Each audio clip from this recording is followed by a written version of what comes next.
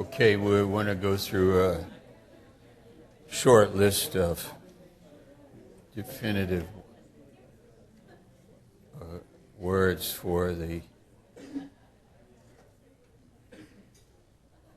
message. In our break, we had a few questions here that were really relevant to our material.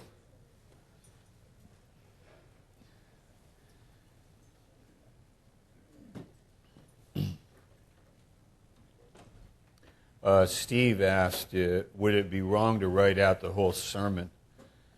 And my answer is no. It might be better, might be good. And he said, what about reading it off the page? I said, you can do it, but... And he said, is he here now? I think, yeah, there he is. What did you want to say? Yeah.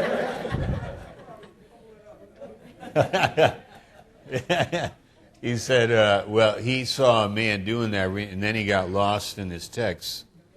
He's going through, throwing papers and looking.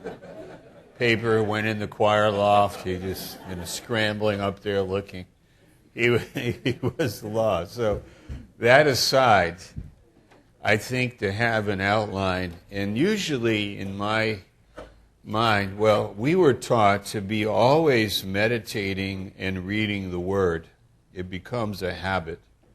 And I mean really be reading the Word and meditating and writing it down and getting thoughts and going over them over and over again. Some of these things stick to you and you have them in your heart your whole life. Like the elder son, the prodigal son, the doctrines, Romans 6, Romans 7. Don't get discouraged. I think sometimes as young people we may think, I'm not a spiritual guy. I don't pray like I should. I'm not reading my Bible. These people are like, supermen. I just want a sandwich right now. I want to take a nap. I want to take a nap and eat a sandwich. That's the extent of my spirituality at the moment. Well, we know this, and I hope you would understand that I know that, and really have a wide spectrum of experience. Even in the case of Jonah, he said, I want my life to be over. Elijah too, I'm finished. Jeremiah said it to God in Jeremiah, I believe it's chapter 20. I'm not going to speak any more in your name. I'm finished. And then the fire burned in his bones, and he had to speak. God, remember when Elijah was depressed, and then he went to sleep, and the angel what did the angel tell him to do? Rachel, do you remember?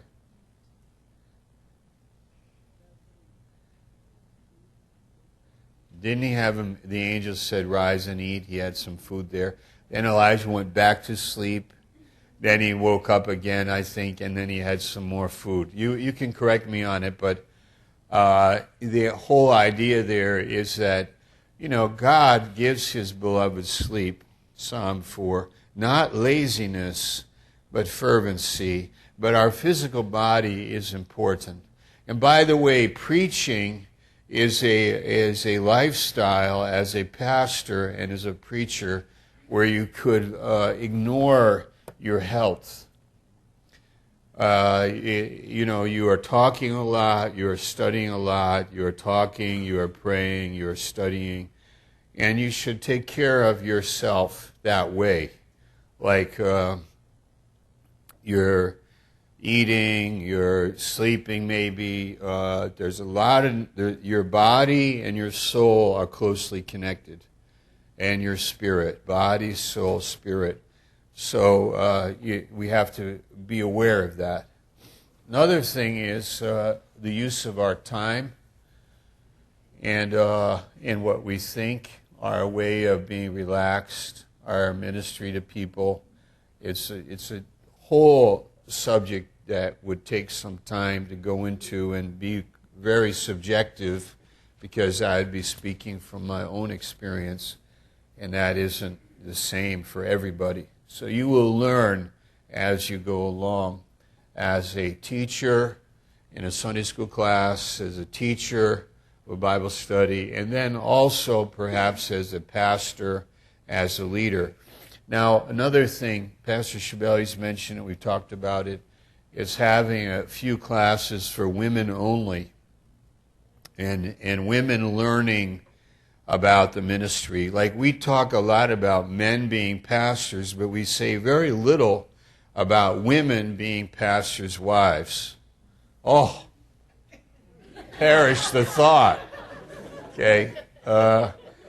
But Nancy Phelps, next Thursday, she's going to teach the women, and then Mark Minicello is going to teach the men. So that'll be next Thursday night. So you'll have some special attention.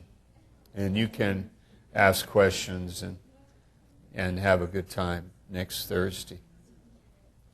I've always thought it'd be great for my wife to be part of that too, but she doesn't like public speaking. But if it ever happened and she has been trapped, we've successfully trapped her in the past, but she's very skillful in detecting that now.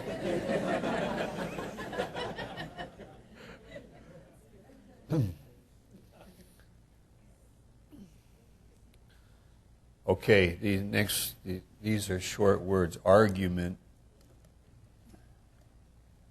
In the message, having an argument.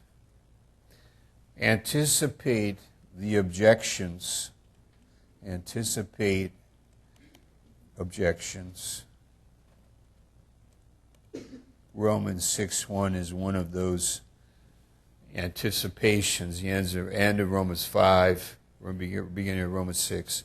Paul was very good at this. He would say what he say. He said, "Now I know what you are thinking, and you are saying this." That is the Socratic, isn't it? Socratic method of teaching. It is the rhetorical question. The Greek philosopher Socrates would do that. He knew what the students were, how they would be arguing against him, and then he would tell them that, and you are thinking that this would never happen, but I want to tell you that this will happen. You know what I mean? So that's an interesting part of your communication. And it isn't in every sermon, but it's called argument. You anticipate the objection and you refute it. I don't know. I am trying to think of one right offhand. That we shall be raised from the dead. That my grandmother has gone off and is in heaven. And I realize that people that are here listening to me today are believers, and they believe that, but there are some people that do not believe in life after death. And I would like to say to you, one of the reasons why I'm here is to encourage you and would like you to believe that just like you can put a potato in the ground, it'll change and grow up and become a potato plant, a green bush, and a seed becomes, and that we, by mother and father, have become human beings. And in the same way, God did not make us to die, but God made us to live. Number 2, admonition.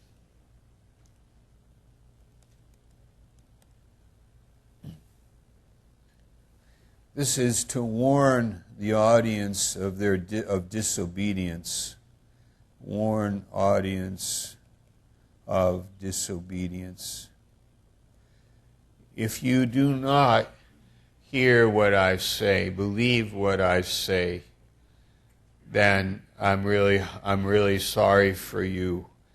That please listen to what I have to say. You have a great future, but why would we waste our life in vanity? Why would we be entertained with lies? Why would we believe something less than what we are made for? Admonition. That a message needs to say something that has some teeth to it. I like that phrase. Is there any teeth in the message? Is it biting in? Is it hitting me where I live? Now, without condemnation, this is a funny thing to me, but it's a lack of spirituality when a pastor or a leader is talking to people about what they should do, and it's condemning. It's not motivating. You know? That's important. I hope you understand that. Do you understand what I said? Yeah. Like when he's done, it's like, oh, it's like a cold shower. It's like, yeah. You know, it's encouraging to me. I want a message. I'd like the Lord to help me, speak to me, and admonish me that I would wake up. Didn't Mark Minicello say last night that his little boy suddenly realized that Texas Greg was getting married? Right? What did he say? Greggy! You know, it was like suddenly he woke up. It was a good illustration. Number 3 is conviction.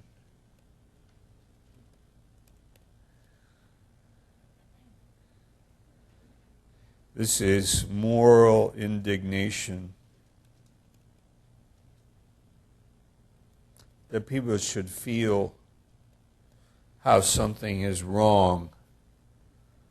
That they should recognize the way Nathan spoke to David when Nathan told the story regarding the man with the one sheep, and the man who had all the sheep, one took the one, and David said, basically, that's not right.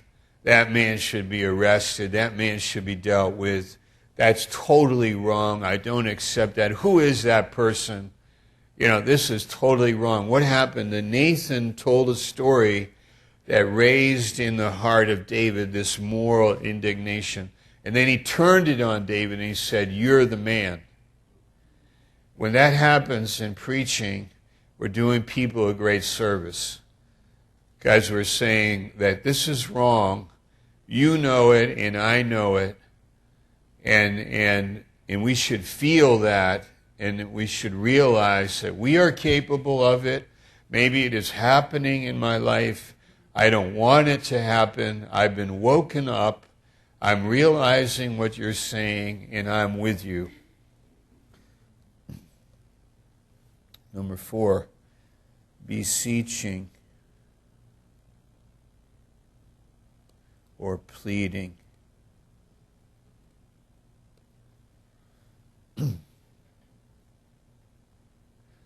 This is applying the gentle pressure of God's love, concern for the well-being and the needs of others.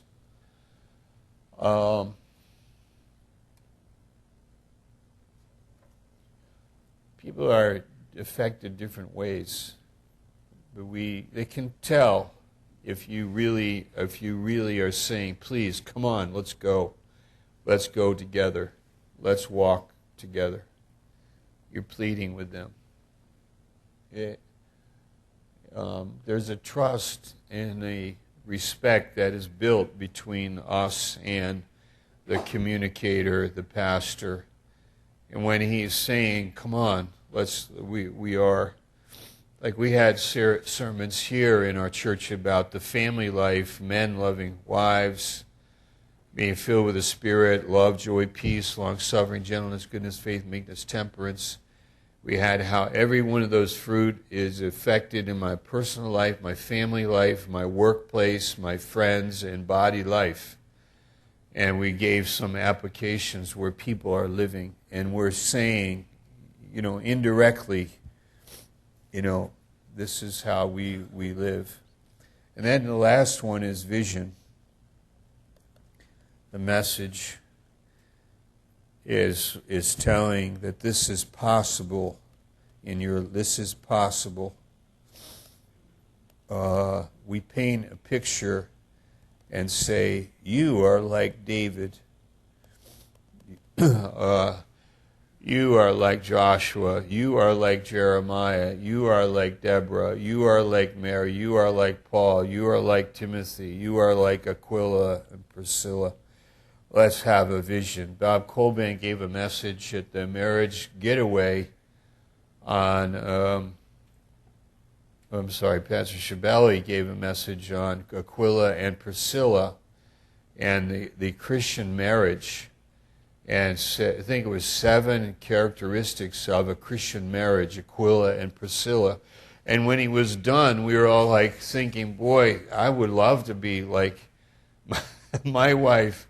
I started calling her Priscilla. And, I would love it that it was like a vision for our marriage, a vision for like what God has called us to, a vision for living together and walking together this way. It can be a vision for your personal life as a young person, like you're just saying, God wants to use me. I don't know in which capacity, I don't know how, but I'm following Him. And I'm built up in it and refreshed in it. Okay. A week from Thursday, we will do the sketchboard. Huh? Is it the play? Okay.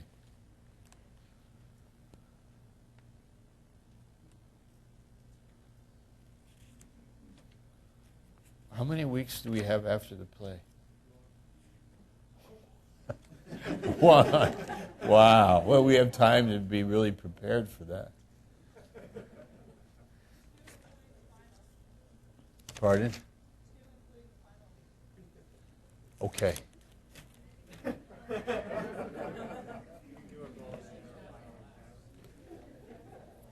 What?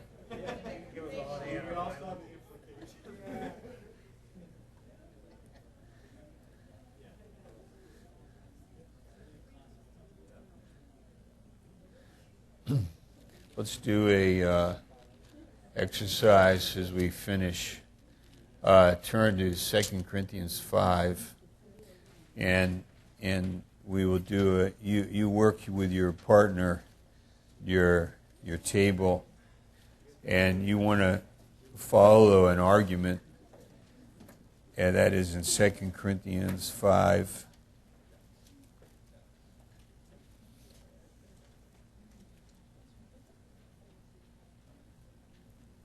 (14) to verse 21. So, with these words that I just gave you and a general definition of them, we have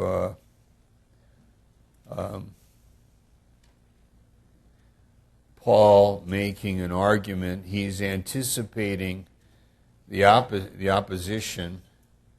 He's arguing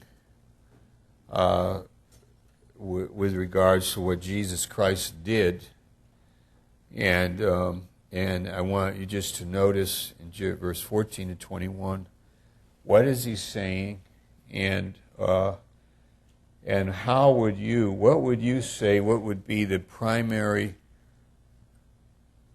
message, and then organizing the primary message as in on a T-shirt. What would the message be on a T-shirt? This is just an exercise before the end. We got 9 minutes left in the class, so what's the message? And then, organizing them. What would you really want to say to have a summons to the people listening to you? What do you want to say? What do I want to say? With teeth. Okay?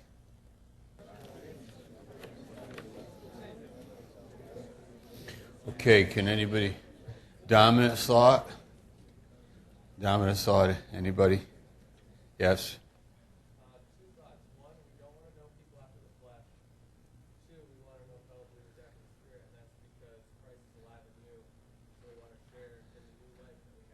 Very good.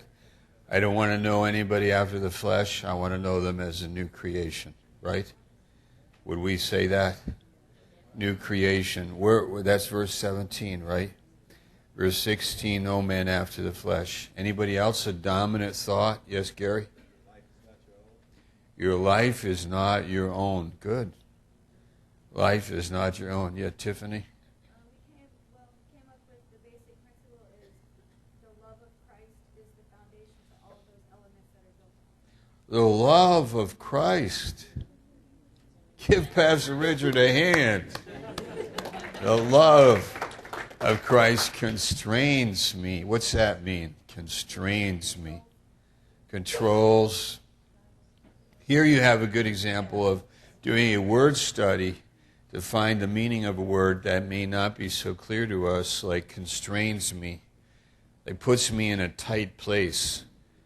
Like really reduces my options. It leads me in a conviction.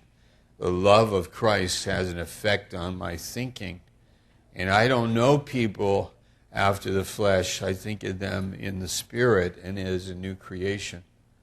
Okay, dominant thought. Now, number two, when we have our dominant thought, what's the next thing that we do with our dominant thought? We organize our material. We collect the material about what it is that we want to say. We do our Bible study. We look for the illustrations. We have fellowship around it. We think about it. We pray. And we organize a sermon. And it's around the dominant thought. We'll finish with this. Stay on the dominant thought. What you want to say it through your sermon. And you branch off, but you come back to your sermon. Don't ramble. Don't go on to another theme. I'm talking about justification and then suddenly talking about, marriage or business or, you want to stay on topic, when you're doing sermons. Another thing about short introductions that we have in our church at different times, when you are giving an introduction, stay on target, know your time limit, build up the church. You're not there to correct the church. I have always found this to be interesting when you are a guest that comes to speak, or you are not the pastor, but you just say you're there as a guest and you start preaching. You don't know who you're talking to. It'd be like in our church, somebody come and say, "And I'm here to tell the church that we should get involved with missions." And we're sitting there, okay, like we're doing the best we can, but we believe that too. The connection. There needs to be a little bit of an idea of who I'm talking to, and that my message would be appropriate to who it is that I'm talking to and help them in meeting a need or ministering to them. Okay? Organizing our material, our illustrations, our argumentation, the 5 words that we gave there, the conviction, the teeth that is biting in, and then our beseeching, our pleading, that may be. And now, not every message has all those 5 words in it, but something there needs to be happening with your message. And you're bringing it home with an application. All right? Gary and I at the break were just saying that he understands that there's a difference between just teaching and then also preaching. And I shared, do you have sons? And he said he has 4 of them. I said you could go into the playroom and talk to your sons about baseball, draw a diagram of a field, show them a baseball, tell them the rules, and they could be there falling asleep. But when you toss them a baseball and say, let's go outside and play the game, they come alive. And they go, wow, really? Let's go play the game. Same in Christianity. There are people that maybe just teach in terms of the classroom, but to lead people in the Christian life. Let's live it. Let's meet God. When we go from the church, let's go out and live it in our garage, in our house, at our working place, in our family, in our marriage. And that's the difference between just teaching and preaching. And people want preaching. They want the teaching, but they also want the dad. We got it, okay? Maybe I don't understand all the rules or anything, but let's learn as we go. Let's get out there on the field. Come on, Dad, let's go out on the field. Come on, Dad. Yeah. Come on, Dad, let's go. And he's saying, now, wait a minute. Just calm down. Okay? The pastor needs to be a half a step ahead of the people. You have to be, not way out there, they don't know where you are, nor way in the coffee bar day and night not doing anything. You need to have it in your heart and mind, live the life yourself, and then you're able to communicate it to where people are at and lead them in the Christian life. Amen. Okay, have a great week. God bless you.